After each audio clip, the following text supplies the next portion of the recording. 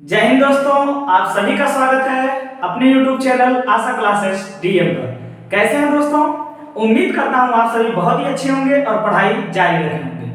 तो आज की जो क्लास है वो प्राचीन भारतीय इतिहास का चौथा वीडियो है और सिंधु सभ्यता का तीसरा वीडियो। तो हम लोग सिंधु सभ्यता का अध्ययन कर रहे हैं अपने प्राचीन भारतीय इतिहास में।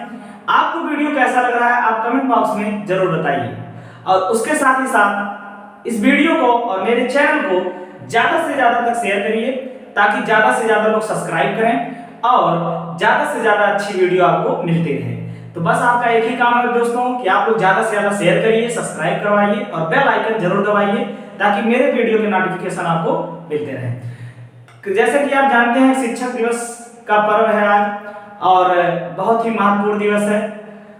इससे प्लेटफॉर्म से मैं आप लोगों को इसकी हार्दिक शुभकामनाएं देता हूं और मैं अपने स्वयं जो मेरे गुरुजन हैं जिन्होंने मुझे जीवन के हर सिद्धांतों को सिखाया है, मैं उनको नमन और प्रणाम करता हूं। उन्हीं की छत्र छाया में मैं आज आपके समक्ष इस सबको प्रस्तुत कर पा रहा हूं। तो उनको कोटि कोटि प्रणाम जो मेरे गुरुजन हैं और उसके साथ ही साथ अपने माँ बाप को भी मैं प्रणाम करता हूँ। तो चलिए दोस्तों आज शुरू करते हैं अपना वीडियो। चौथा वीडियो है सिंधु सभ्यता से। हम पढ़ने वाले हैं सिंधु सभ्यता के प्रमुख स्थल। सिंधु सभ्यता के प्रमुख स्थल, अब मैंने आपसे कहा था, मैंने वादा किया था कि जो मेन स्थल हैं उनके पूरी जानकारी मैं आपको एक वीडियो में आपको प्रदान कर दूंगा। इसमें मैंने 10 स्थल लिए हैं जो महत्वपूर्ण हैं। उसके बाद में जो और 2-4 बच जाएंगे थोड़ा अच्छे तो उनको कल मैं आपको बता दूंगा, ठीक है दोस्तों। लेकिन आज जो है उन 10 महत्वपूर्ण स्थानों को हम देखेंगे जो आपके पेपर में हमेशा देखने को मिलते हैं। जैसे देखिए मैंने 2 पैराग्राफ यहाँ बनाया है, यहाँ बीच में से एक पैराग्राफ काटा है। इधर का जो खंड है वही इधर भी है, ठीक है ना यार, तो अलग नहीं है, दोनों एक ही चीज है। स्थल, नदी, खोजकर्ता, मुख्य बिंदु। स्थल, नदी, खोजकर्ता और मुख्य बिंदु क्या क्या है ये मैंने एक सारणी में बना दिया ताकि आपको सरल हो जाए याद करना, ठीक है दोस्तों। तो देखिए यहाँ मैं स्थलों के नाम दूंगा और इधर जो स्थल जिन नदियों के तट पे उसका नाम दूंगा, फिर खोजकर्ता का नाम दूंगा आपको, फिर मुख्य बिंदु उसमें क्या क्या है वो दूंगा, ठीक है। और उन्हीं के साथ मैंने लिखा है कहाँ स्थित है, किस देश में, ठीक है दोस्तों। तो चलिए पहला देखते हैं हड़प्पा। सिंधु सभ्यता में पहला खोजा गया जो शहर था उसका नाम था हड़प्पा। कौन सा शहर था, कौन सा स्थल था? हड़प्पा, जो वर्तमान में पाकिस्तान में है। जो वर्तमान में कहाँ है? पाकिस्तान में है। और यह किस नदी के तट पे था हड़प्पा? रावी नदी के तट पर। बच्चों किस नदी के तट पर है? रावी। और रावी नदी आप लोग जानते हैं सिंधु नदी की ही एक सहायक नदी है। हालांकि रावी नदी आपके सतलज नदी में आकर मिलती है। रावी नदी जी रावी नदी चिनाब नदी में मिलती, सॉरी। और ब्यास नदी कहाँ? सतलज नदी में। और ये सारी नदियां जाकर कहाँ मिल जाती हैं? सिंधु नदी में। तो रावी नदी के तट पर ही कौन सा शहर मिला? हड़प्पा, जो पाकिस्तान में है वर्तमान में। इसकी खोज दयाराम साहनी नामक व्यक्ति ने किया था। मैंने आपको बताया था कि दयाराम साहनी ने ही जो आपके सर्जन मार्शल साहब थे उनके नेतृत्व में इसकी खुदाई की हड़प्पा की। कब की? 1921 में, ठीक है दोस्तों। क्या क्या मुख्य बिंदु है हड़प्पा में? हड़प्पा जो है सबसे पहला खोजा गया स्थल था, याद रखिएगा। सिंधु सभ्यता में सबसे पहली बार जो स्थल खोजा गया उसी का नाम क्या है? हड़प्पा है। और यहाँ पे ही हमें मिला था विशाल अन्नागार। अन्नागार क्या होता है? मैंने आपको पिछली वीडियो में बताया था कि अनाज भंडारण करने के लिए नदियों के तट पे क्या होते थे? टीले बनाए जाते थे और अनाजों का भंडार वहां कर दिया जाता था ताकि व्यापार करने में क्या हो? सुगमता रहे और आसानी से हम व्यापार कर सकें। क्योंकि एक ही माध्यम था अलग देशों में ले जाने, नदियों के माध्यम से ही अलग अलग शहरों में व्यापार संभव होता था, ठीक है ना। याद रखिएगा दोस्तों, विशाल अन्नागार मिला। कांस्य दर्पण मिला। देखिए कांस्ययुगीन सभ्यता थी तो ज्यादा चीजें जो मिली हैं कांस्य में मिली हैं। तो जो दर्पण बनाए जाते थे वो किसके होते थे? कांस्य के पीछे लगे होते थे। तो याद रखिएगा दर्पण भी मिलता था, ठीक है ना। बहुत कुछ मिलेगा जो आज के टाइम में हो रहा है उस टाइम में हो रहा था, इतना ध्यान दीजिएगा। सब साक्ष्य मिलने वाले हैं, ठीक है ना। 837 नाम का एक कब्रिस्तान मिला था। कहाँ पे? हड़प्पा में 837 के नाम से, ठीक है ना। श्रमिक आवास जहाँ पे मजदूर वगैरह रहते थे वो आवास यहाँ मिला है, ये भी ध्यान दीजिएगा हड़प्पा में, ठीक है। बस आपको जहन में रखना है कौन चीज कहाँ मिला है, कौन सी नदी तट पे, बस एक जहन में रखना आपको है। ये रटने की आवश्यकता नहीं है दोस्तों, ठीक है ना, बस जहन में आप रखिएगा थोड़ा सा। चलिएगा मोहनजोदड़ो, ये बहुत ही प्रमुख स्थल है और सबसे बड़ा स्थल यही है। मोहनजोदड़ो। मोहनजोदड़ो भी कहाँ है? पाकिस्तान में है, वहाँ एक जिला है लड़काना, वहाँ पे। हड़प्पा जो पाकिस्तान का पंजाब क्षेत्र वहाँ पे है, और मोहनजोदड़ो लड़काना जिला है पाकिस्तान में, वहाँ पे स्थित है। और किस नदी के तट पर था मोहनजोदड़ो? सिंधु। किस नदी के तट पे था? सिंधु नदी के। बहुत बड़ी सिटी थी, ठीक है ना। इसका खनन करने वाले व्यक्ति थे राखल दास बनर्जी। आप लोगों ने पढ़ा भी होगा। राखल दास बनर्जी 1922 में इसकी क्या करते हैं? खुदाई करते हैं। यहाँ से बहुत सारी चीजें मिली है, जैसे दोस्तों यहाँ से विशाल अन्नागार भी मिला, हड़प्पा में भी अन्नागार मिला था, यहाँ भी अन्नागार मिला है। यहाँ जो सबसे बेहतरीन चीज मिला हुआ स्नानागार, जो विशाल स्नानागार, जो जहाँ पे स्नान वगैरह किया जाता था, एक पूरा चबूतरा होता था सीढ़ीनुमा, उस पे पानी जुटाते थे और वहां से ही क्या करते थे? अपना स्नानागार बनाते थे, ठीक है ना। और कांस्य की मूर्ति भी, मैंने कहा ना कांस्य युगीन सभ्यता है, तो ज्यादा चीजें किसकी मिलेंगी? कांस्य की हैं। कांस्य की मूर्ति भी मिली थी, वो आपने देखा होगा, मातृ देवी का मूर्ति है, ठीक है ना। नृत्य ऐसा लग रहा है नटराज की मूर्ति टाइप का कुछ दिखने को मिलेगा, तो कहाँ का है? कांस्य मूर्ति, ठीक है ना। और यहाँ पे पुरोहित की भी मूर्ति मिली है। पुरोहित का बड़ा आदर होता था, ऐसा माना जाता है कि पुरोहित जो होते थे उनका बहुत ही आदर होता था। यहाँ पे पुरोहितों के भी क्या मिली है? मूर्ति मिली है। महाविद्यालयों के भी साक्ष्य यहाँ पे देखिए। वैसे तो शिक्षा की बात तो हम नहीं इतना बताएंगे, लेकिन हाँ, महाविद्यालय जो एक चलाया जाता संचालक, उसके साक्ष्य भी यहाँ से प्राप्त होते हैं, ध्यान रखिएगा, ठीक है ना।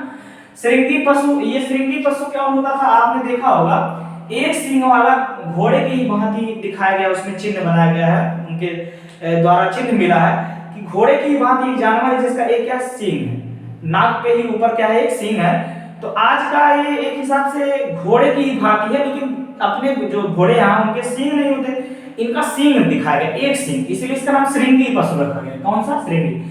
आपने एक मूवी देखी होगी मोहनजोदड़ो, जो बॉलीवुड में बनाई गई है, ऋतिक रोशन साहब ने, उन्होंने दिखाया उस फिल्म में, ठीक है ना, उस श्रृंगी पशु को। तो एक सिंह वाला पशु कहाँ मिला है? आपका मोहनजोदड़ो में, ठीक है ना, याद हो जाएगा। चलिए दोस्तों, लोथल बहुत ही प्रमुख स्थान है। लोथल गुजरात में है, अपने जो गुजरात भारत में, वहां पे है लोथल। और किस नदी के तट पे? बहुत बार पूछा गया, भोगवा नदी। कौन सी नदी है? भोगवा नदी। और इसकी खोज करने का काम किए थे रंगनाथ राव। इसकी खोज किसने किया था? रंगनाथ राव ने किया था। और यहाँ से क्या क्या मिला? आपने पढ़ा होगा कि सिंधु सभ्यता में जो पत्तन था, सबसे बड़ा और सबसे प्राचीन पत्तन, वो लोथल में था।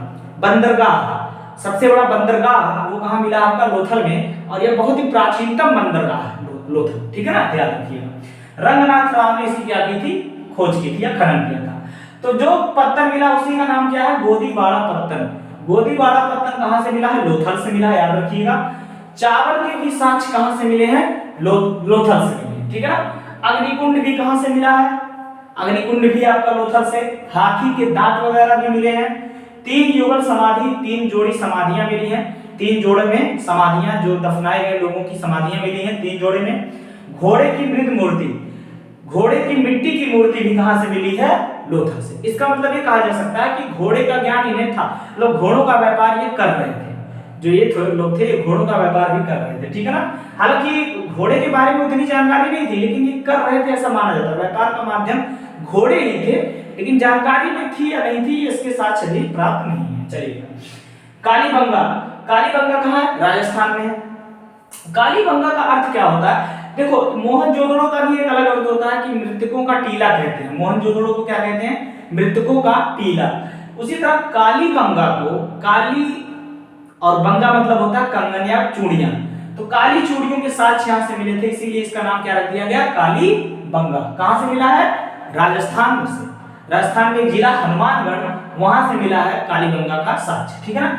किस नदी के तट पे? एक घग्गर नदी बहती है राजस्थान में, वो घग्गर नदी के तट पे कौन सा शहर बसा था? कालीबंगा, ठीक है दोस्तों। इसकी खोज जो की थी अमलानंद घोष जी ने किया था, इसकी खोज याद रखिएगा। क्या क्या मिला यहाँ से? बहुत ही अच्छा चीज मिला था। जुते हुए खेत के साक्ष्य कहां से मिले हैं? कालीबंगा से। बहुत इंपॉर्टेंट है, कई बार पूछा गया है। हड़प्पा सभ्यता में जुते हुए खेत के प्रमाण कहां से मिले हैं? कालीबंगा से मिले हैं। काली चूड़ियां, इसका नाम ही उसी पे रखा गया कालीबंगा, इसीलिए काली चूड़ियां कहां से मिली हैं? कालीबंगा से। भूकंप के भी साक्ष्य, भूकंप भी आया था ऐसा माना जाता है। सिंधु सभ्यता के पतन में भूकंप को भी एक कारण माना जाता है। तो भूकंप के साक्ष्य कहां से मिले हैं? कालीबंगा से मिले हैं। हवन कुंड कहाँ से मिला है? कालीगंगा से मिला है, ठीक है ना, हवन करने का कुंड। इसका मतलब ऐसा समझ सकते हैं कि उस टाइम भी हवन कुंड में हवन वगैरह किए जाते थे, यज्ञ वगैरह होते थे, ऐसा आप कह सकते हैं। हमारी संस्कृति जो रही है उस टाइम भी ये सारी चीजें होती थी, ठीक है ना। चलिएगा, अगला है राखी गढ़ी। राखी गढ़ी भी बहुत फेमस स्थान है और यह मिला हरियाणा में। हरियाणा में एक स्थान हिसार, हरियाणा में एक स्थान हिसार, वहीं पे मिला है राखी गढ़ी का साक्ष्य। और किस नदी? ये भी है घग्गर नदी के किनारे, ये भी घग्गर नदी के किनारे, और हिसार में भी क्या है? घग्गर नदी के तट पर मिला है, ठीक है ना। यहाँ से क्या मिला है? ताम्र उपकरण, ताम्र माने तामक वाला उपकरण मिला है यहाँ से। भारत में स्थित सबसे बड़ा स्थल कौन है? राखी गढ़ी। देखिए पूरे हड़प्पा सभ्यता में जो स्थित है वो मोहनजोदड़ो सबसे बड़ा, लेकिन भारत में जो सबसे बड़ा स्थित है वो कौन सा है? राखी गढ़ी। क्लियर है दोस्तों? तो इतना आपको क्लियर हो गया होगा। आगे बढ़ते हैं। आगे भी देखिएगा चौंदड़ो।